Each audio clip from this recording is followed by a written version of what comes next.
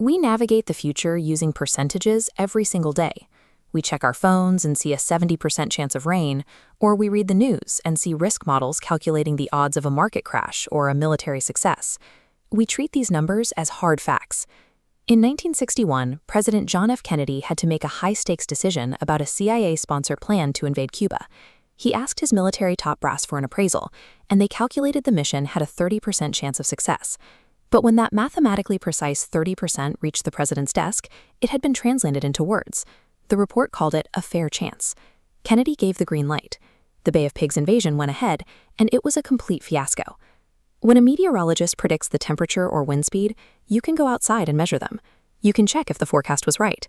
But when they say there's a 70% chance of rain, there is no underlying physical property to measure. There is no such thing as a probabilityometer. It either rains or it doesn't. We build our entire society around these percentages. We act as if probability is a tangible, physical feature of the universe, even though we have absolutely no way to measure it. To see where probability actually lives, imagine a coin tossed into the air.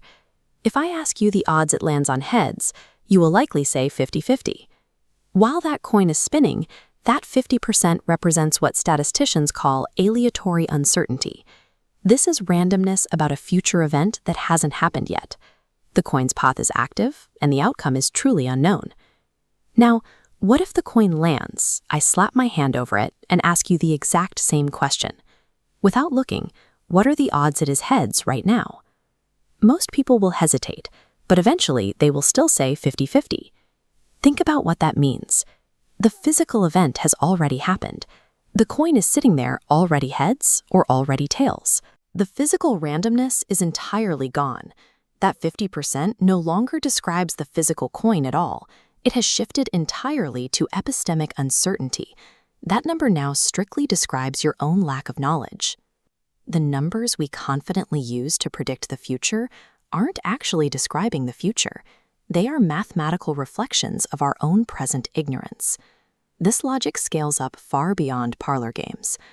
During the COVID-19 pandemic, hospitals in the United Kingdom ran the recovery trials to test treatments on severely ill patients.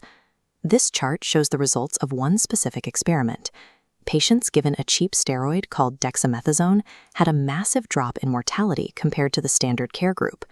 The calculated probability of seeing such an extreme difference by pure chance, the p-value, was a staggering 0.01%. This looks like a pure objective fact, but that precise calculation is built on top of assumptions.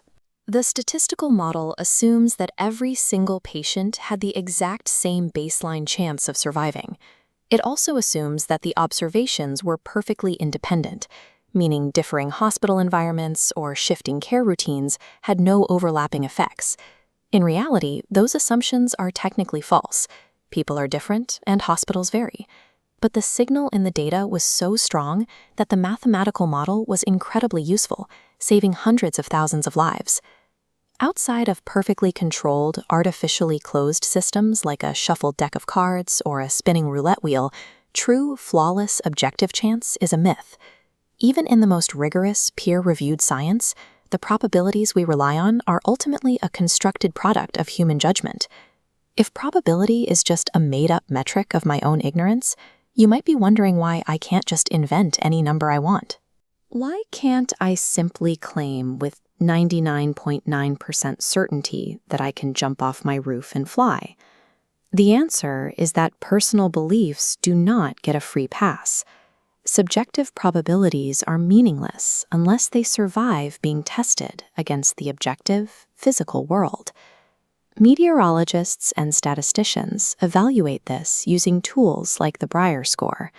If you express 100% certainty in a prediction and turn out to be wrong, the formula severely punishes your score. It rewards honesty and penalizes overconfidence. Doing probability well isn't about uncovering a hidden law of physics. It is the skill of calibrating your personal beliefs so they accurately match reality without violently crashing into the pavement. An Italian mathematician named Bruno De Finetti published a controversial theory starting with a single provocative statement: probability does not exist. He argued that there are no objective chances floating out in the universe. But he also provided a brilliant, pragmatic loophole. He mathematically proved that if we rigorously organize our subjective guesses using the laws of statistics, we can act as if those chances were real. This incredibly useful illusion is the engine running the modern world. It's the framework we use to predict a hurricane's path, test life-saving pharmaceutical drugs, and build complex economic systems. Probability is not a physical property of the world around us. It is a mirror reflecting exactly what we do not know. But by meticulously mapping the boundaries of our own blindness, we have figured out how to navigate the dark.